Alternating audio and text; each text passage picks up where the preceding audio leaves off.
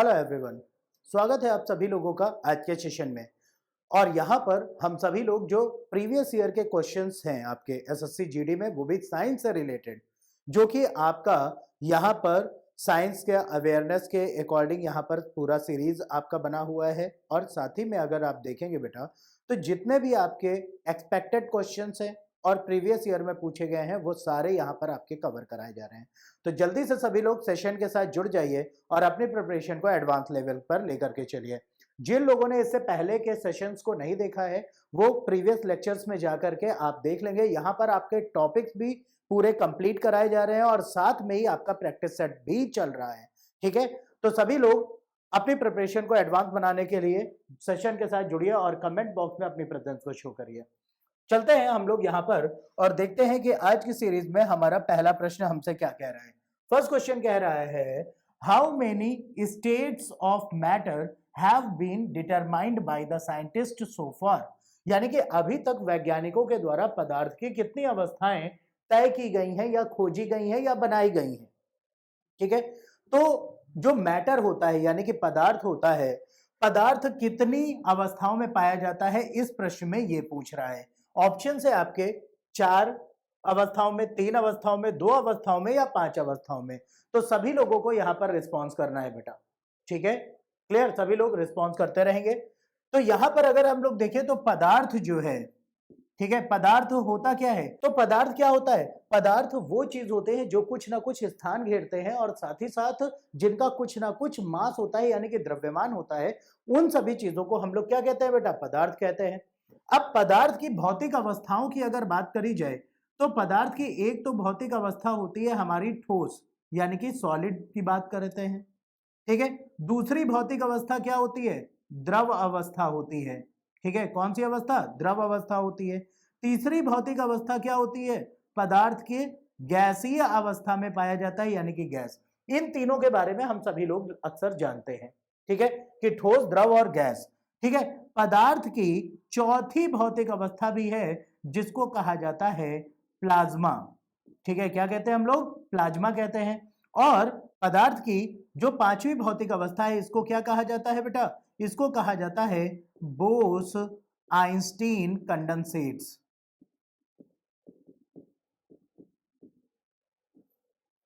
यानी कि बोस आइंस्टीन संघनत्व। तो पदार्थ जो है ये हमारी इन 5 भौतिक अवस्थाओं में पाया जाता है। ठीक है, जिसको कि वैज्ञानिकों ने खोजा है कि पदार्थ विभिन्न भौतिक अवस्थाओं में हमारा उपस्थित होता है या पाया जाता है। तो इस प्रश्न का सही उत्तर क्या हो जाएगा बेटा, डी ऑप्शन, यानी कि पदार्थ कितनी अवस्थाओं में पाया जाता है, 5 भौतिक अवस्थाओं में पाया जाता है। क्लियर है। ठीक है, चलते हैं हम लोग सीरीज में आगे की तरफ बढ़ते हैं और अगला प्रश्न आपकी स्क्रीन पर यह रहा।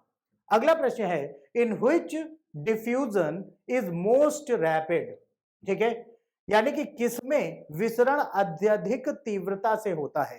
ठीक है, in which diffusion is most rapid, यानी कि वो कौन सा पदार्थ है जिसमें जो डिफ्यूजन है यानी कि विसरण की प्रक्रिया है ये अत्यधिक तीव्रता से होती है। अब विसरण क्या होता है बेटा, विसरण की प्रक्रिया वो होती है कि जब आप कोई भी दूसरे पदार्थ को किसी ऐसे पदार्थ में मिक्स करें और वो बहुत तेजी से उसमें फैलता जाए, यानी कि जिस पदार्थ में हम घोल रहे हैं या मिला रहे हैं उसमें इंटरमॉलिक्यूलर स्पेस यानी कि अणुओं के मध्य की दूरी अधिक होनी चाहिए, जिससे कि जो पदार्थ ऐड किया जा रहा है वो पदार्थ बहुत आसानी से उसमें फैल सके। ठीक है, तो विसरण जो है ये आपका अत्यधिक तीव्रता से किस में होगा, क्या ठोस में होगा।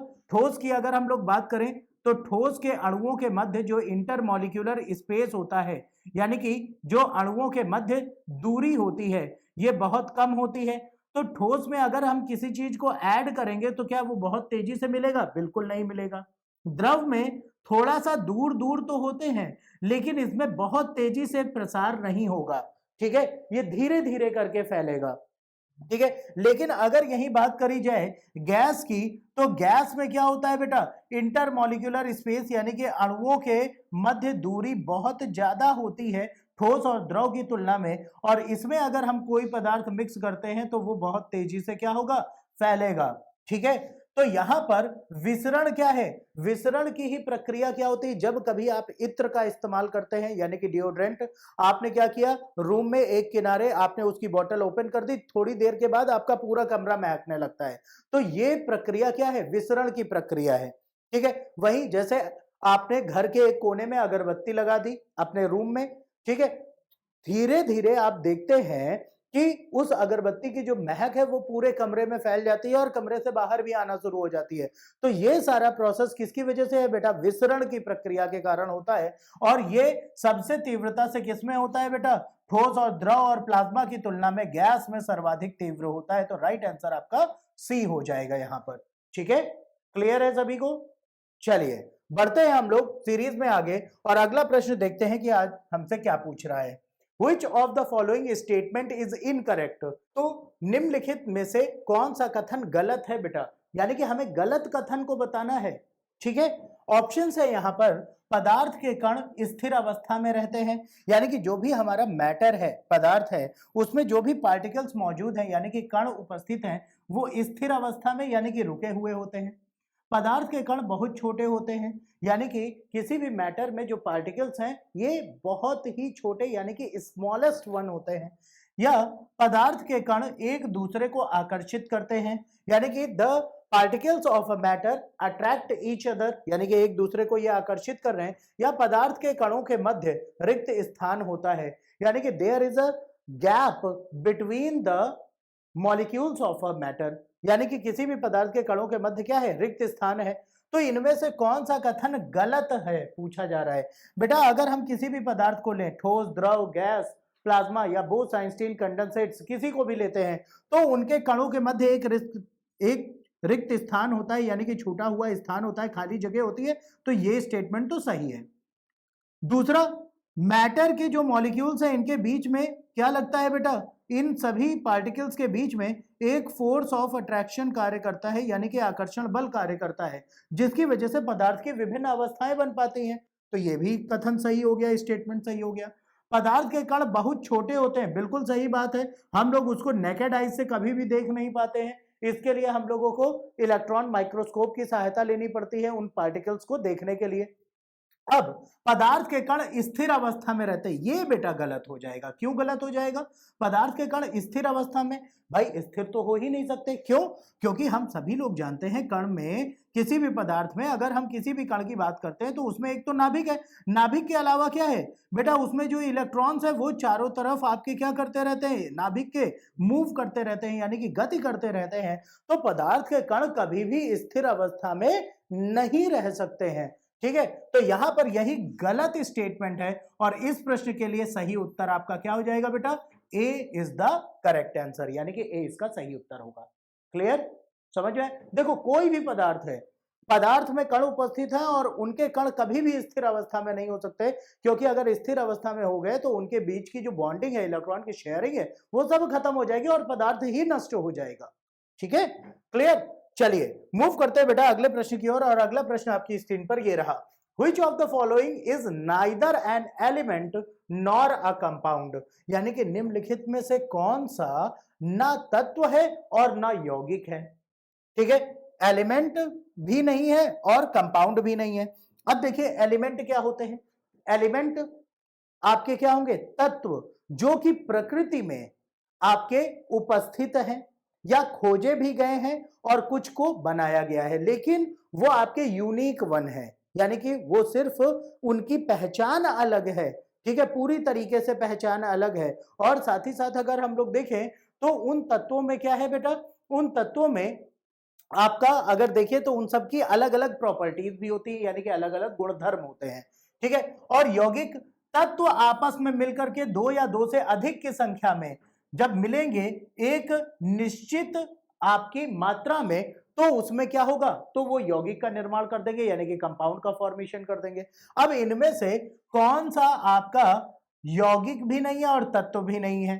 ठीक है, क्या यहां पर ऑप्शन में दिया हुआ है वायु यानी कि एयर दिया हुआ है, बी ऑप्शन दिया हुआ है वाटर यानी कि जल, तीसरा ऑप्शन दिया है पारा यानी कि आपका मरकरी, और चौथा आपका दिया हुआ है नमक यानी कि लवण। तो इनमें से ना तत्व है ना यौगिक। ठीक है, तो बेटा अगर हम नमक की अगर हम लोग बात करें तो नमक हमारा क्या होता है बेटा, ये एक यौगिक होता है। क्यों? क्योंकि ये दो तत्वों से मिलकर के बना हुआ है, सोडियम और क्लोरीन से मिलकर के, NaCl होता है। पारा मरकरी, मरकरी क्या है? एक तत्व है, ठीक है। जल की अगर हम लोग बात करें तो जल हमारा क्या है? एक यौगिक है, यानी कि H2O, क्योंकि हाइड्रोजन और ऑक्सीजन का एक स्पेसिफिक प्रपोर्शन होता है।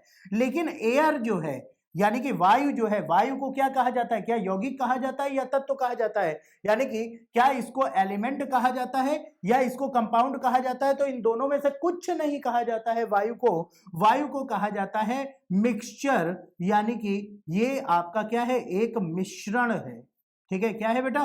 ये एक मिश्रण होता है। तो राइट आंसर आपका क्या होगा? A is the correct answer. Clear है इतनी बात?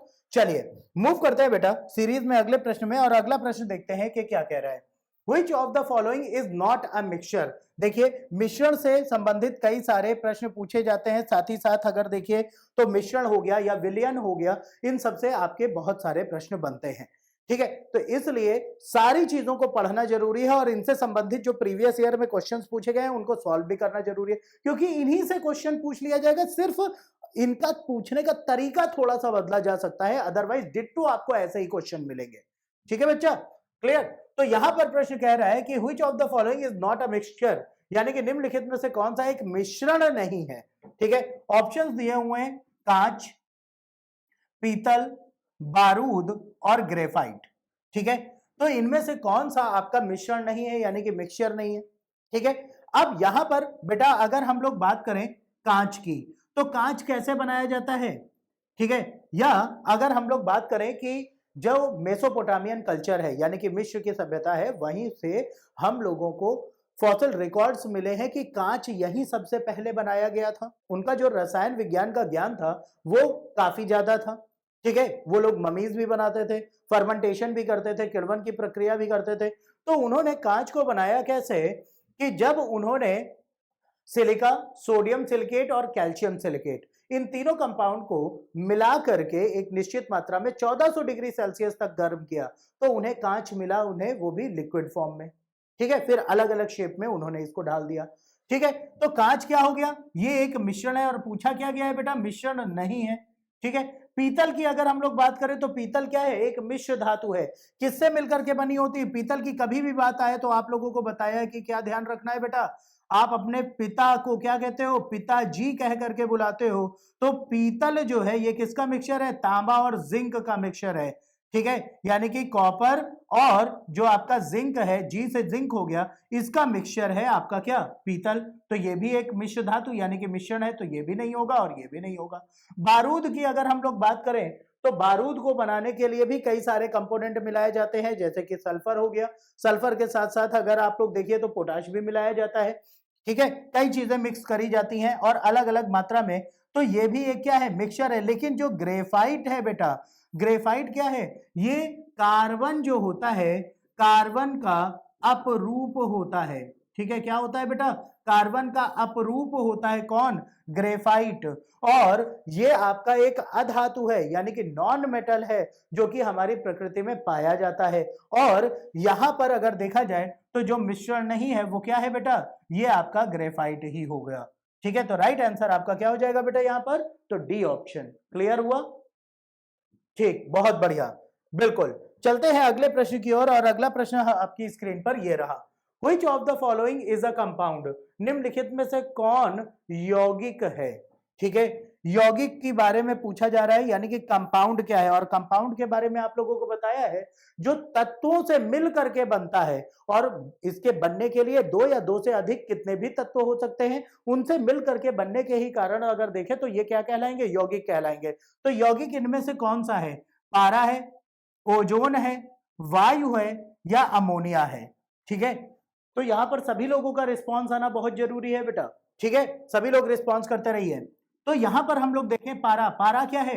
पारा यानी कि मरकरी, और मरकरी के बारे में अभी हम लोग पहले ही प्रश्न में एक डिस्कशन कर चुके हैं कि तत्व है, यानी कि मरकरी क्या हो गया?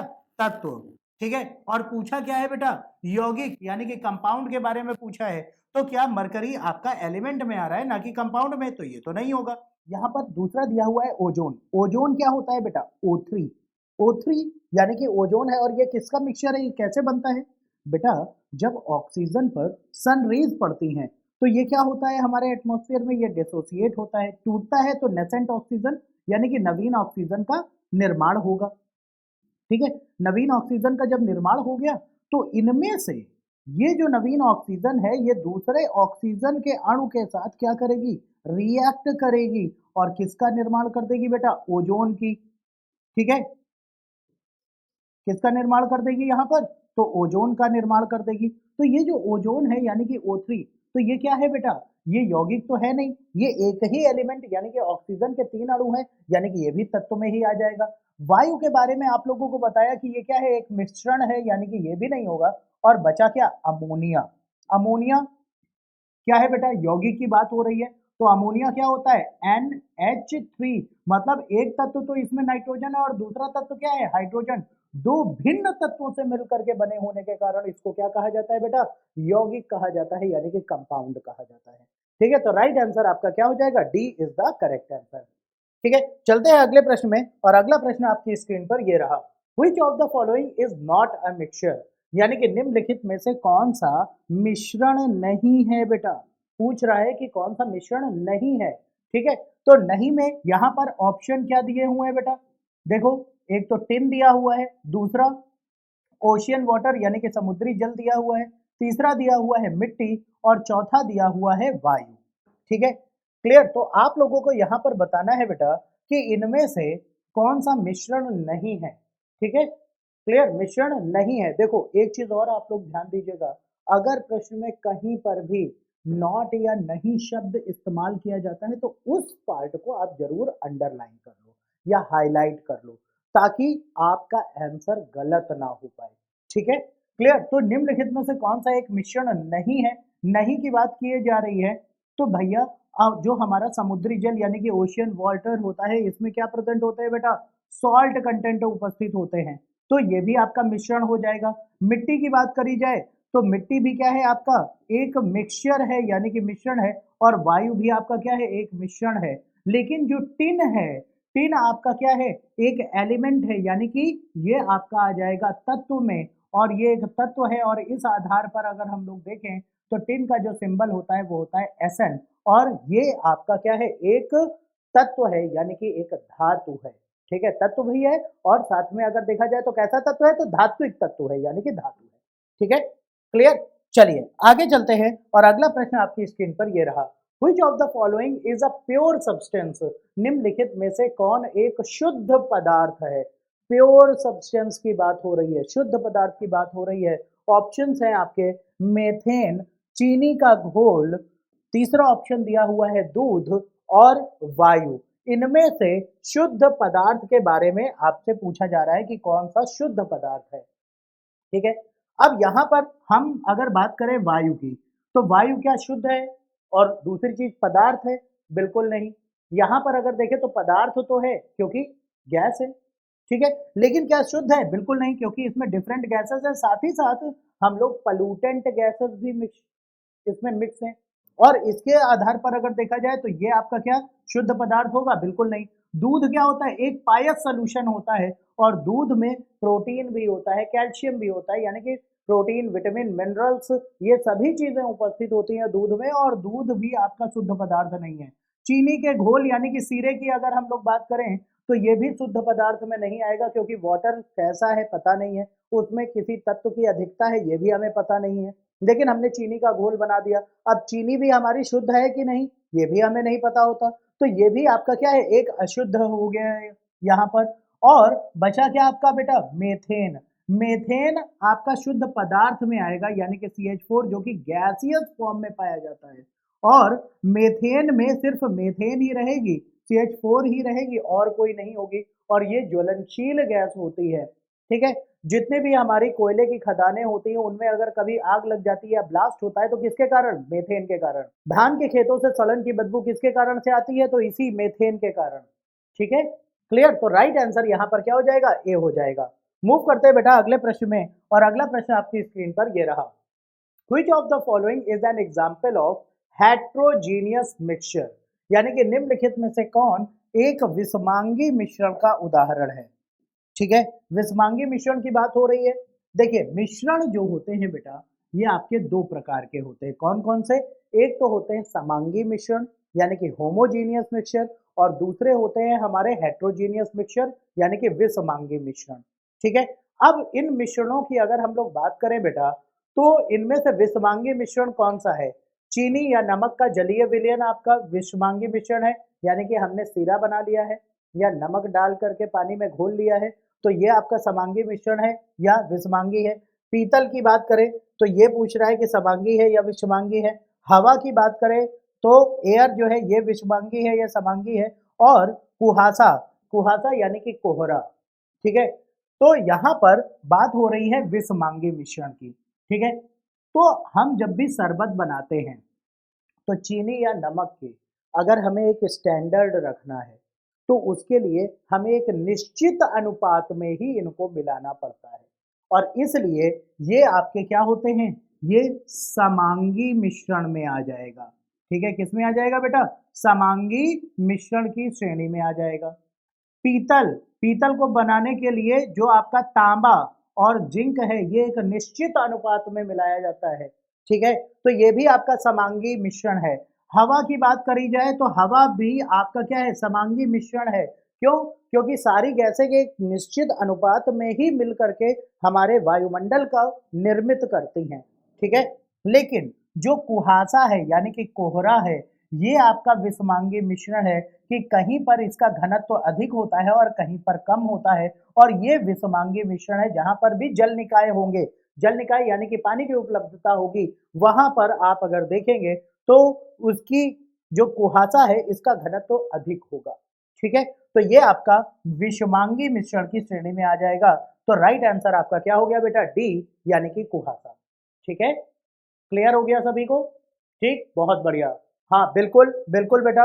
चलिए हम लोग चलते हैं अगले प्रश्न की ओर, और अगला प्रश्न क्या कह रहा है देखते हैं। May be mixed in nature, यानी कि मिश्रण प्रकृति में हो सकता है। ठीक है, यानी कि प्रकृति में जो भी हमारे पास मिश्रण मौजूद है वो सभी मिश्रण कैसे हो सकते हैं? ठीक है, समांगी यानी कि होमोजीनियस हो सकते हैं, विषमांगी हेट्रोजीनियस हो सकते हैं, समांगी और विषमांगी यानी कि होमोजीनियस और हेट्रोजीनियस दोनों, या प्योर सब्सटेंस यानी कि शुद्ध पदार्थ हो सकते हैं। तो बेटा अभी हम लोगों ने कई चीजों के बारे में बात करी, इनमें से जो कुहासा है ये विषमांगी मिश्रण था, और वहीं अगर हम पीतल की बात करें तो ये समांगी मिश्रण है, वायु की बात करें तो समांगी मिश्रण है। तो हमारे प्रकृति में, नेचर में कोई भी जो मिश्रण होगा यानी कि मिक्सचर होगा, ठीक है, ये आपका कैसा हो सकता है बेटा? इसको अगर आप देखिए तो ये आपका समांगी और विषमांगी दोनों प्रकार का हो सकता है। तो राइट ऑप्शन आपका क्या हो जाएगा बेटा? सी इज द करेक्ट आंसर। ठीक है, क्लियर? चलिए चलते हैं अगले प्रश्न में, और अगला प्रश्न आपकी स्क्रीन पर ये रहा। Sugar in a sugar solution is a, यानी कि शक्कर जो है, ठीक है, शक्कर, ये आपका शक्कर के घोल में, यहां पर जो घोल लिखा है ये थोड़ा टाइपिंग एरर हुआ है। ठीक है, यहां पर अगर देखिए तो शक्कर के घोल की बात हो रही है। शक्कर के घोल में शक्कर एक है क्या? ठीक है, ये विलायक है, घुला हुआ पदार्थ है, कोलाइड है, या सस्पेंशन है। ठीक है, तो हम लोग शरबत का निर्माण करते हैं। शरबत के निर्माण करने के लिए हम लोग क्या करते हैं बेटा? हमने प्लेट में चीनी ले लिया, ठीक है, अब दूसरा हमने ग्लास में क्या ले लिया बेटा? पानी ले लिया। अब ग्लास में हमने पानी ले लिया है, जब इस चीनी को हम इसमें मिला देंगे पानी में, तो जो चीनी है वो क्या हो जाती है? घुल जाती है, यानी कि घुला हुआ पदार्थ है। तो जो चीज अपने में घोल ले किसी दूसरे पदार्थ को, तो उसको कहा जाता है विलायक। और जो घुल जाए किसी पदार्थ में तो उसको कहते हैं हम लोग विलेय। ठीक है, क्या कहते हैं? विलेय, जो उसमें विलीन हो जाए यानी कि उसी में घुल जाए, उसका खुद का अस्तित्व अब ना रहे। ठीक है, क्लियर? तो यहाँ पर चीनी जो है ये विलेय का कार्य कर रही है, और शक्कर के घोल में जो शक्कर है ये विलेय है, यानी कि घुला हुआ पदार्थ। मतलब क्या हो जाएगा बेटा? B is the correct answer. ठीक है, अब यहाँ चाहे घुला हुआ पदार्थ दिया हो या आपका विलेय दिया हो, तो दोनों में ही आपका यही आंसर होंगे। ठीक है, विलायक नहीं होगा। पानी की बात करता तो विलायक होता। ठीक है, कोलाइडल सोल्यूशन अलग होते हैं, ठीक है। सस्पेंशन भी अलग होते हैं, हम लोग जो बनाते हैं सस्पेंशन अलग अलग ग्रेडियंट में, अलग अलग कंसंट्रेशन यानी कि अलग अलग सांद्रता के साथ, ठीक है, क्लियर। चलिए मूव करते हैं बेटा अगले प्रश्न में, और अगला प्रश्न आपकी स्क्रीन पर ये रहा, the shape of the path of the free electron in a metal is, यानी कि किसी भी धातु में मुक्त इलेक्ट्रॉन का गति का जो पथ होता है यानी कि रास्ता होता है वो किस प्रकार का होता है, और ये प्रश्न बहुत ही महत्वपूर्ण है, ठीक है। धातु में एक मुक्त इलेक्ट्रॉन का पाथ कैसा होता है, एक सीधी रेखा में होगा, वर्गाकार होगा, वक्र होगा या वृत्ताकार होगा, ठीक है। तो यहां पर बेटा एक चीज ध्यान दीजिएगा, कोई एक पदार्थ है, पदार्थ में क्या होता है, नाभिक, नाभिक में क्या होता है, प्रोटॉन होता है, और क्या होता है बेटा, न्यूट्रॉन होता है। प्रोटॉन पर क्या होता है, पॉजिटिव चार्ज। अब इसमें जो इलेक्ट्रॉन्स हैं ये अपनी अपनी कक्षा में गति कर रहे होते हैं, ठीक है। लेकिन यहां पर बात किसकी हो रही है बेटा, एक फ्री इलेक्ट्रॉन की बात हो रही है, यानी कि मुक्त इलेक्ट्रॉन की बात हम लोग कर रहे हैं यहां पर। तो मुक्त इलेक्ट्रॉन का पाथ कैसा होगा बेटा, तो मुक्त इलेक्ट्रॉन है यानी कि वो इससे बंधा हुआ नहीं है, और ये आपका क्या होगा बेटा, वक्राकार होगा, यानी कि वक्र के आकार में ये मूव करेगा। तो राइट आंसर क्या हो जाएगा आपका, सी ऑप्शन, यानी कि वक्राकार। क्यों ऐसा है, क्योंकि इलेक्ट्रॉन फ्री है, ठीक है, फ्री इलेक्ट्रॉन की बात हुई है, इलेक्ट्रॉन फ्री है इसलिए यहां पर। क्लियर है, समझ में आया। चलिए मूव करते हैं बेटा हम लोग अगले प्रश्न में, और अगला प्रश्न ये रहा आपकी स्क्रीन पर, which of the following does not sublimate, निम्नलिखित में से कौन ऊर्ध्वपातित नहीं होता है, ठीक है। अब देखिए बेटा ऊर्ध्वपातन की प्रक्रिया होती क्या है, यानी कि सब्लिमेशन होता क्या है, कोई भी एक पदार्थ है जो कि किस फॉर्म में प्रेजेंट है बेटा, आपका सॉलिड स्टेट में है, यानी कि ठोस अवस्था में है। अब कोई भी पदार्थ अगर आपका ठोस से सीधे किस में परिवर्तित हो जाए बेटा, ये गैस में परिवर्तित हो जाए, ठीक है, किसमें, गैस में। अगर ये कन्वर्ट हो रहा है सॉलिड से डायरेक्टली गैस में, सॉलिड से लिक्विड, लिक्विड से गैस ना हो करके, यहां पर अगर हम लोग बात करें बेटा लिक्विड, यानी कि हम लोग इसको कह सकते हैं कि द्रव, तो ये आपका कोई भी पदार्थ द्रव में बदले बिना, यानी कि द्रव में नहीं बदल रहा है तो गैस में नहीं बदलेगा, द्रव में बदले बिना सीधे सीधे तीसरी अवस्था में पहुंच जाए, तो ये प्रक्रिया कहलाती है सब्लिमेशन, यानी कि ऊर्ध्वपातन। और ऊर्ध्वपातन की प्रक्रिया में होने वाले जो पदार्थ हैं, ठीक है, उनको क्या कहा जाता है कि उनके अंदर ये क्षमता होती है कि ये ऊर्ध्वपातित तो हो सकते हैं, यानी कि सब्लिमेट हो सकते हैं। तो कौन सा ऐसा पदार्थ है जो कि ऊर्ध्वपातित नहीं होता है, ठीक है, यानी कि नॉट सब्लिमेट। तो क्या बर्फ में सब्लिमेशन की प्रक्रिया होती है, नहीं, क्योंकि बर्फ सॉलिड है, सॉलिड से लिक्विड में आएगा और लिक्विड से फिर ज्यादा टेम्परेचर बढ़ाया तो गैस में होगा, तो ये बिल्कुल नहीं। अगर हम लोग यहाँ पर बात करें बेटा मृद ऊतक की, तो मृद ऊतक किस में पाए जाते हैं, पेड़ पौधों में पाए जाते हैं, ये तो कतई नहीं होंगे। पेशी ऊतक बिल्कुल नहीं। लेकिन जो अमोनियम क्लोराइड है, अमोनियम क्लोराइड, ये आपका क्या होता है बेटा, ऊर्ध्वपातित होता है, यानी कि ये सब्लिमेट हो जाता है, ठीक है, क्लियर। तो इसलिए राइट आंसर आपका क्या हो जाएगा बेटा, B is the correct answer, ठीक है। अमोनियम क्लोराइड का होता है, कपूर का होता है सब्लिमेशन, ठीक है, क्लियर। तो यहां पर राइट आंसर क्या हो जाएगा आपका, अमोनियम क्लोराइड हो जाएगा, ठीक। मूव करते हैं अगले प्रश्न में, और अगला प्रश्न आपकी स्क्रीन पर ये रहा, what is the process of separating hydrogen from water called, यानी कि पानी से हाइड्रोजन को अलग करने की प्रक्रिया को क्या कहा जाता है, ठीक है। यहां पर प्रश्न क्या कह रहा है आपसे, प्रश्न पूछ रहा है कि पानी से हाइड्रोजन को अलग करने की क्रिया को क्या कहते हैं, यानी कि the process of separating hydrogen from water. Option है विद्युत अपघटन के द्वारा, दूसरा है ऑस्मोसिस की प्रक्रिया के द्वारा, तीसरा है ओजोनीकरण के द्वारा, और चौथा है नेफ्थलीन, ठीक है। तो बेटा अगर हम नेफ्थलीन का यूज करते हैं, तो नेफ्थलीन क्या है बेटा, नेफ्थलीन बॉल्स हम लोग यूज करते हैं, तो इनका भी सब्लिमेशन होता है, यानी कि सॉलिड से डायरेक्ट गैस में कन्वर्ट होती है। ओजोनीकरण की अगर हम लोग बात करें, तो पानी को शुद्ध करने के लिए भी आप अगर देखें तो वहां यूवी रेज का यूज किया जाता है, लेकिन ओजोनीकरण नहीं होता, तो ये दोनों तो आपके हट जाएंगे, ठीक है। ऑस्मोसिस की जो प्रक्रिया है, ठीक है, तो ये आपका परासरणी दाब के कारण होती है, तो ये भी नहीं होगा। लेकिन जब हम लोग जल का विद्युत अपघटन करेंगे, ठीक है, यानी कि जो आपकी इलेक्ट्रोलिसिस है, इलेक्ट्रोलिसिस करने के लिए क्या करेंगे हम लोग साधारण तौर पर, हमने क्या किया, एक हमने टब लिया या एक बीकर लिया जिसमें कि हमारा पानी भरा हुआ है। दूसरा हमने क्या किया बेटा, इसी में दो टेस्ट ट्यूब्स हमने डाल दी जिनमें कि हमारे क्या थी, यहां पर पानी भरा हुआ था। ठीक है, दो टेस्ट ट्यूब्स ले ली जिनमें कि हमारा क्या उपस्थित है, जिनमें उपस्थित है हमारा पानी भरा हुआ है यहां पर। ठीक है, अब जब हमें इसमें करंट सप्लाई करना है, ठीक है, क्या करना है, करंट सप्लाई करना है, तो एक तो हमने इससे जोड़ दिया कैथोड से और एक तरफ हमने इसमें इंसर्ट कर दिया क्या, एनोड। भाई दोनों एंड होने चाहिए पॉजिटिव और निगेटिव। ठीक है, और जब हम इसको एक सर्किट से जोड़ देते हैं तो सर्किट से जोड़ने के उपरांत क्या होगा बेटा, यहां पर आपका वाटर की इलेक्ट्रोलिसिस होगी और हमें एक में हाइड्रोजन मिल जाएगा और दूसरे में मिल जाएगा हमें क्या, ऑक्सीजन मिल जाएगा। ठीक है, एक तो हाइड्रोजन और दूसरा ऑक्सीजन हमें इसमें मिल जाएगा। ठीक है, तो जल का जब हम विद्युत अपघटन करेंगे तब हमें क्या मिलेगी बेटा, हाइड्रोजन मिलेगी। ठीक है, क्लियर। तो राइट आंसर आपका क्या हो जाएगा, विद्युत अपघटन हो जाएगा। क्लियर है। मूव करते हैं बेटा सीरीज में अगले प्रश्न की ओर, और अगला प्रश्न आपकी स्क्रीन पर दिख रहा होगा, which of the following is used to purify water, यानी कि इनमें से किसे जल को शुद्ध करने के लिए प्रयोग में लाया जाता है।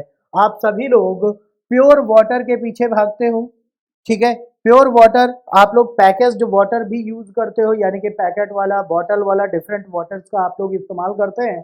ठीक है, तो जल को शुद्ध करने के लिए किसको उपयोग में लाया जाता है, इस फीति दाब के द्वारा आपका जल शुद्ध किया जाता है, परासरण के द्वारा, विपरीत परासरण के द्वारा, या साइटोलिसिस के द्वारा।